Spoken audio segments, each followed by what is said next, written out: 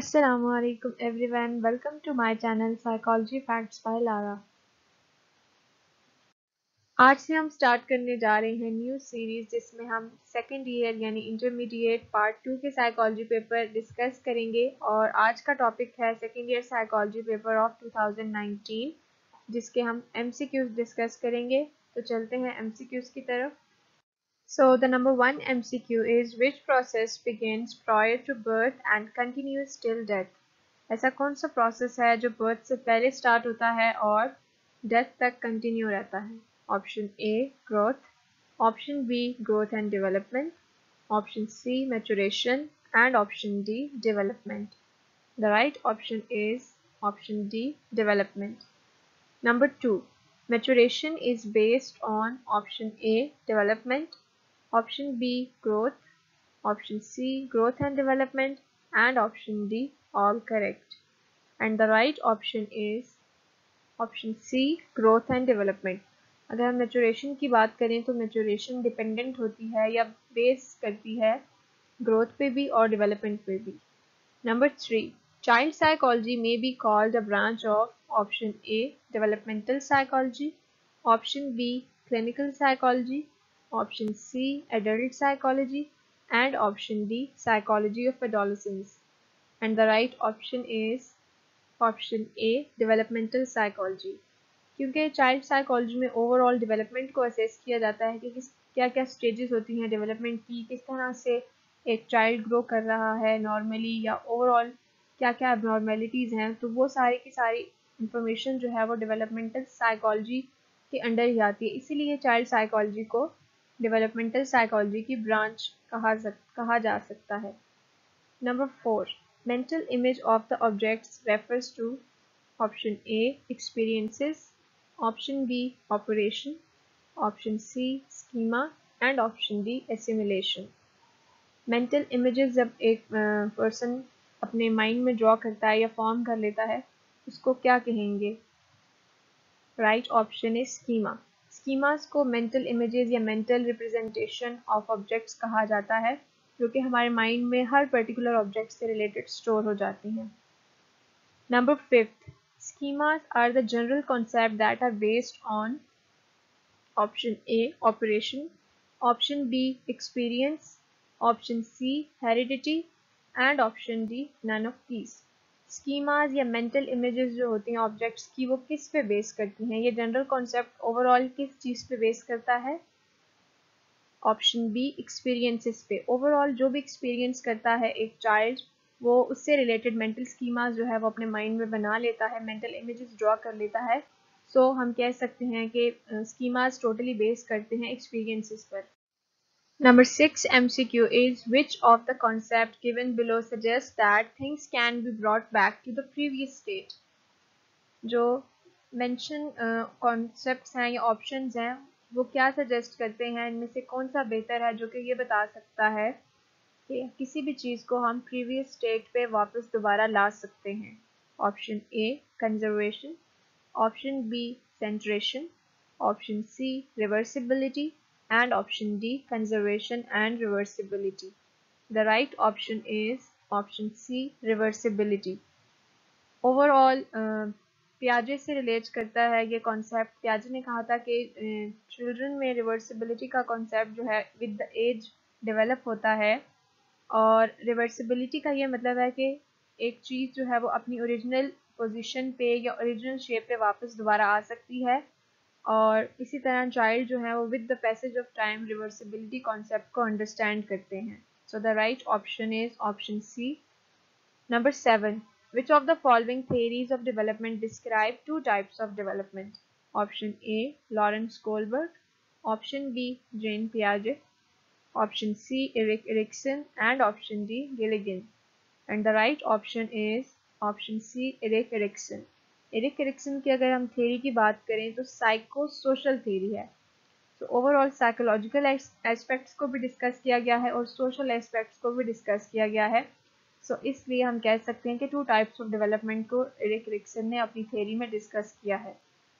Number 8, flight और fight response was introduced by option A Walter Cannon, option B Freud, option C Ashraf Ali Thanvi, and option D Watson. And the right option is option A Walter Cannon. Number 9. All defense mechanisms contain the element of option A deceiving others, option B self-deception, option C no deception, and option D deceiving others and self-deception both. And the right option is option B self deception. Overall अगर हम defence mechanisms की बात करें तो self dissipation होती है जिसमें person जो है वो रियलिटी को ओरिजिनली या एग्जैक्टली एब्जॉर्ब नहीं करना चाह रहा होता, एक्सेप्ट नहीं करना चाह रहा होता, तो वहाँ पे सेल्फ डिसेप्शन का कॉन्सेप्ट वो यूटिलाइज करता है, अपने आप को डिसीव करता है, रियलिटी से छुपने की कोशिश करता है या एग्जैक्टली ओवरऑल सिचुएशंस को वो एडजस्ट नहीं कर सक रहा होता या फिर उनको एक्सेप्ट नहीं करता. Number 10. Symptoms of schizophrenia can be divided into these categories.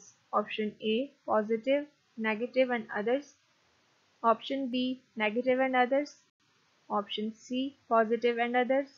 And option D positive. The right option is option A positive, negative and others. Number 11. Which of the following is an eating disorder? Option A phobia. Option B panic disorder. Option C acute stress disorder. And option D bulimia nervosa. The right option is option D bulimia nervosa.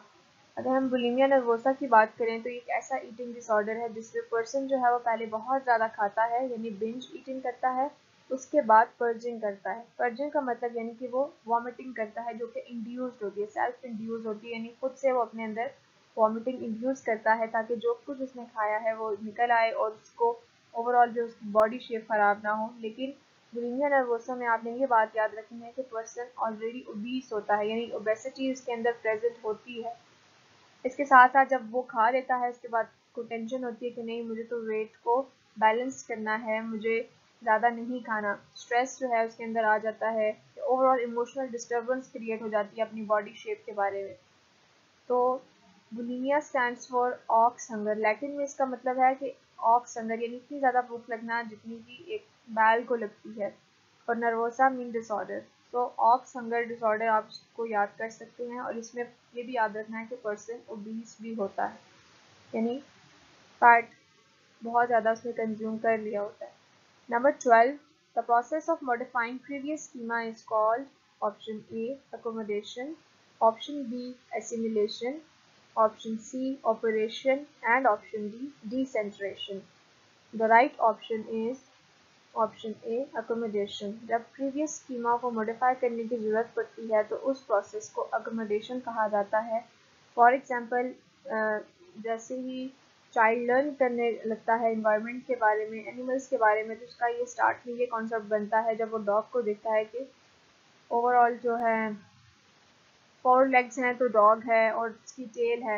लेकिन जब वो जू में जाएगा बहुत सारे animals देखेगा तो उसके लिए उसको हर एनिमल की भी अलग अलग स्कीमा जो है वो बनाना पड़ेगा. तो यहाँ पे क्या हो रहा है, प्रीवियस स्कीमा में मॉडिफिकेशंस करने की ज़रूरत पड़ रही है. इसके साथ साथ अगर बर्ड का कॉन्सेप्ट या स्कीमा बन चुका है कि बर्ड्स कैन फ्लाई और वो ऑस्ट्रिच को अगर देखता है, ऑस्ट्रिच को भी पता चलता है उसको कि वो भी बर्ड है, तो उसके लिए भी उसको अलग मॉडिफिकेशंस करनी पड़ती हैं. ये बर्ड्स कुछ ऐसे भी हैं जो फ्लाई नहीं कर सकते लेकिन बर्ड्स की कैटेगरी में आते हैं जैसे कि ऑस्ट्रिच. सो ओवरऑल मॉडिफिकेशन की ज़रूरत होती है प्रीवियस स्कीमा में. Number 13. First level of Kohlberg's theory of moral development is pre conventional morality.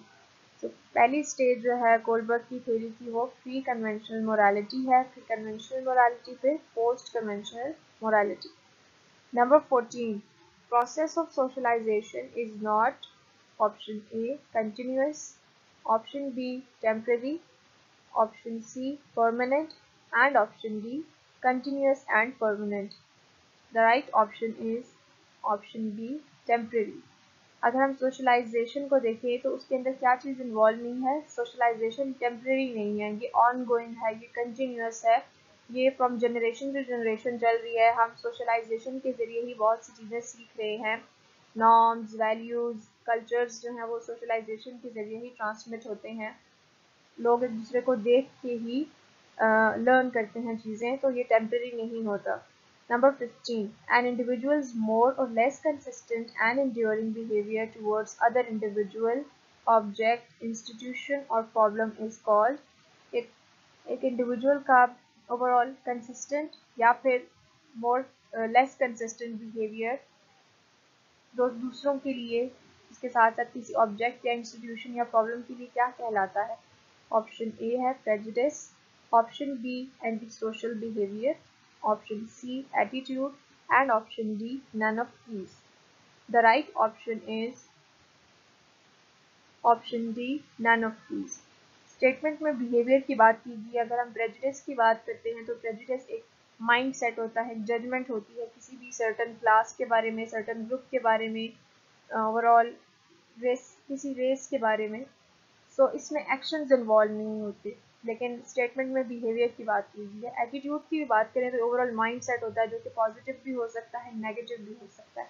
Anti social behaviour जो है ओवरऑल इसमें पर्सन नॉर्म्स को वायलेट करता है, अपने उसकी इमोशनल स्टेबिलिटी नहीं होती है, उसके साथ साथ वो लोगों को मैनिपुलेट करता है, हार्म पहुंचाता है अपने आप को भी और दूसरों को भी। सो इसमें बिहेवियर की तो बात की गई है, लेकिन यहाँ स्टेटमेंट में एग्जैक्टली एंटी सोशल बिहेवियर की बात नहीं की गई, तो ये तीनों ऑप्शन जो हैं वो इसके अकॉर्डिंगली नहीं है, इसलिए ऑप्शन डी जो है करेक्ट है। None of these is the right option. Number 16. The use of psychological principles for treating of mental disorder is called option A. Spiritual therapy, option B. Psychotherapy, option C. Physical therapy and option D. Both A and B. The right option is option B. Psychotherapy. Psychotherapy overall psychological principles को utilise करती है ताकि mental disorders या ऐसे patients जो mental disorders वाले हैं उनको ट्रीट कर सके, जिसमें बहुत सी टेक्निक्स आ सकती हैं। साइकोथेरेपीज की बहुत सी टाइप्स हैं, जिसमें साइकोडायनामिक है, कॉग्निटिव बिहेवियरल थेरेपी है। सो ओवरऑल क्या है, साइकोलॉजिकल प्रिंसिपल्स को यूटिलाइज किया जाता है ताकि मेंटल डिसऑर्डर्स को ट्रीट किया जाए। Number 17.